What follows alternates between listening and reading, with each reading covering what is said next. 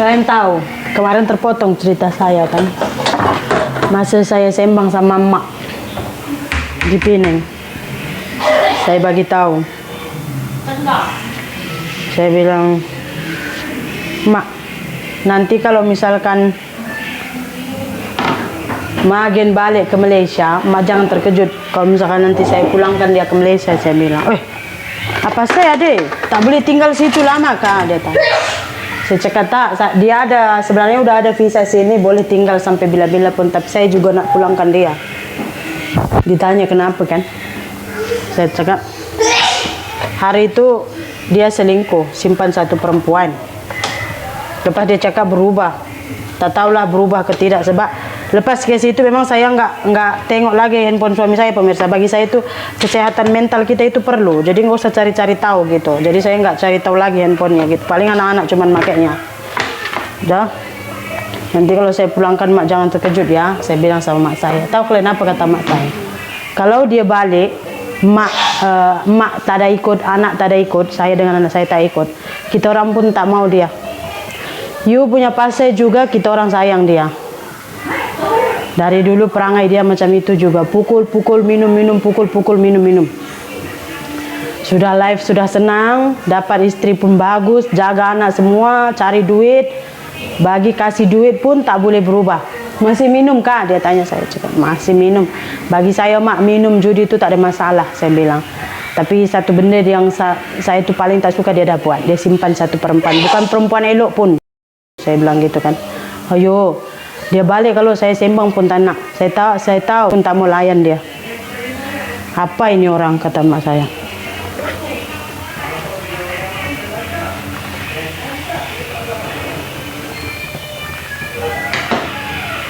You ada punya pasir, kita sembang elok-elok dia dekat. Kalau tak, kita pun macam suami saya ini dulu perangai dia pun saya kurang tahu pemirsa. Karena saya kan tak dekat sama family dia. Macam bukan tak dekat, tak sembang pun. Jadi gimana perangai dia dulu saya nggak tahu gitu.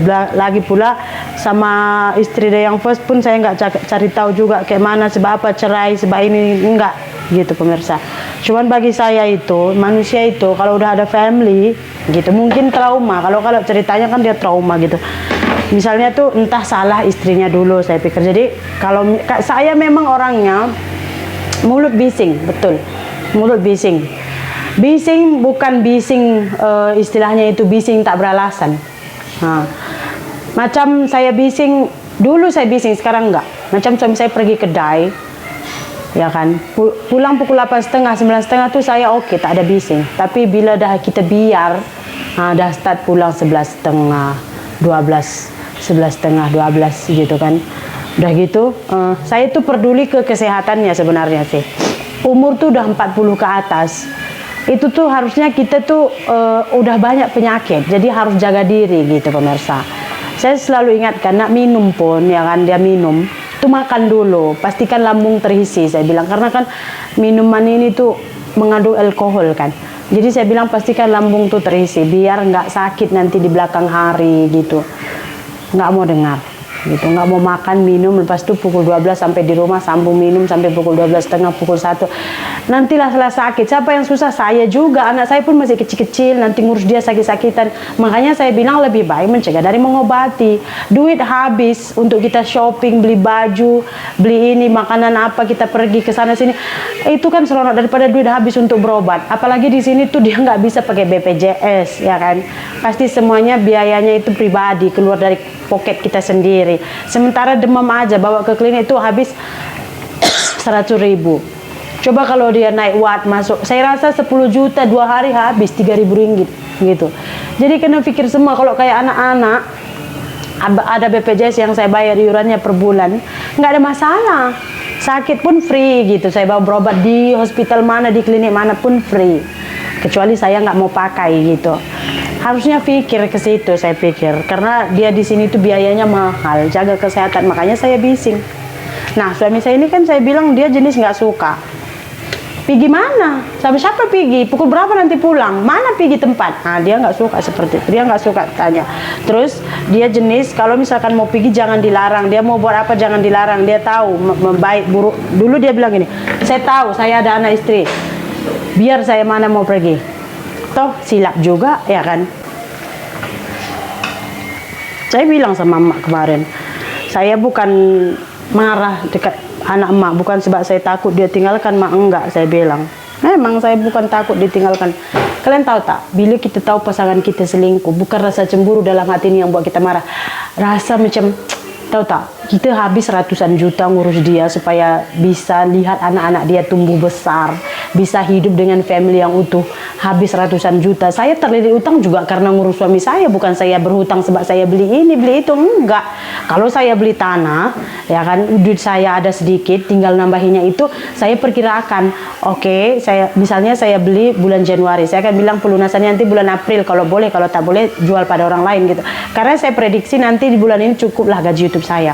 Nah, saya yang berhutang ini kan kemarin kan ngurus suami saya sambil saya ambil loan bank, ya, dengan bunga 12% pemirsa. Itu sampai sekarang itu yang buat saya agak tercekik. Itu karena ngurus suami saya, dia tahu gitu. Kamu tahu gimana saya istilahnya itu jatuh bangun ngurusin kamu di sini. Harusnya kamu hargai dong gitu maksud saya. Makanya kemarin saya itu dongkol. Kamu nampak saya itu kesini menangis, ke sana menangis minta tolong. Call sana, call sini, minta duit pinjaman pun nggak cukup supaya kamu bisa. Kan kemarin dibilang minimal tuh 3 bulan, 2 minggu dia udah minta balik. Mana dia mau betah di Malaysia pemirsa, ya kan, dia nggak boleh buat apa yang dia nak buat kat sana. Nah, lepas itu saya pun pikir, oh iyalah, kadang-kadang tinggal di rumah kakak atau di rumah emak pun kalau kita udah berkawin nih memang tak berapa selesa. Padahal duit belanja saya kirim dari sini, tahu kalian. Duit belanjanya saya kirim dari sini. Dia bilang kirim duit mau beli ini mau beli itu, nggak ada di rumah. Saya kirim duitnya dari sini pemirsa, kalian tahu. Mas itu saya pun terpuruk. Coba hargai, itu saya minta kemarin, makanya saya itu bengang. Tapi orang bilang dia itu udah planning mau halau kamu ini. Coba kalian di posisi saya pemirsa. Di rumah ini yang nyari duit itu saya sendiri. Kalian tahu kan di Malaysia dulu pun suami saya potong buah kerja. Itu adik saya ada 2 kebun dia pemirsa. Yang Tanjung Merawat itu 2 hektar, yang di sini nggak sampai 2 hektar sih, 40 rantai lebih gitu. Yang di sini ada 12 rantai. Dia yang manen gitu. Istilahnya upah manen itu kan untuk dia. Suami saya nggak mau. Kita ada kebun dekat-dekat sini, dia upah. Dia bagi orang lain manen. Dia nggak mau. Saya bilang awak manen ambil orang untuk angkat buah. Dia nggak mau. Dia cakap udah cukup, saya udah letih tanah. Dia suruh orang lain manen, 3 kebun ada, 3 pun suruh orang lain manen. Dulu time panen, tengok timbangan tuh dia ada masa pergi tengok timbangan saya. Sekarang itu pun tak ada masa. Toke yang antar ke rumah uangnya, gitu. Itu pun tak ada masa. Sebab apa? Sebab layan hobi. Dia cakap itu saja hobi saya, pancing buru. Tapi itu kan hobi. Hobi itu kan kita buat masa ada waktu luang. Kalau tugas utama belum selesai, hobi mana boleh dijalankan. Tapi suami saya sekarang hobi jadi kebutuhan utama. Itu yang buat saya kadang-kadang meluap di YouTube. Kalau coba kalian di posisi saya gitu, coba kalian tengok video saya, berapa saya upload video 1 hari dan berapa di sana ada suami saya. Untuk ngajak dia kemarin ke ladang pun itu beli dulu rokoknya, bagi dulu duitnya, isi petrolnya, udah gitu. Pokoknya apa dia minta itu kita siapkan dulu. Oke, saya antar kau hari ini 1 hari, ya kan. Nanti hari Minggu, hari Senin saya buat apa-apa, jangan kacau. Hari ini saya bagi masa, you boleh bawa saya 1 harian gitu. Jadi saya kayak menyewa dia. Kalian coba di posisi saya, ngurus anak, sakit anak, oh pemirsa, nggak usah saya bilang lah. Kalau anak saya sakit, malam dia tak akan bangun. Kenapa? Karena suami saya kalau nggak mabuk nggak bisa tidur. Kalau udah mabuk, dia tidur macam bangkai, nggak akan bangun lagi. Saya sakit makanya saya kalau sakit panggil mama saya ke sini. Saya sakit ke apa ke dia tak pernah tanya pun. Mana sakit? Apa macam mau buat, mau pijit, tak pernah 1 kali tanya pun.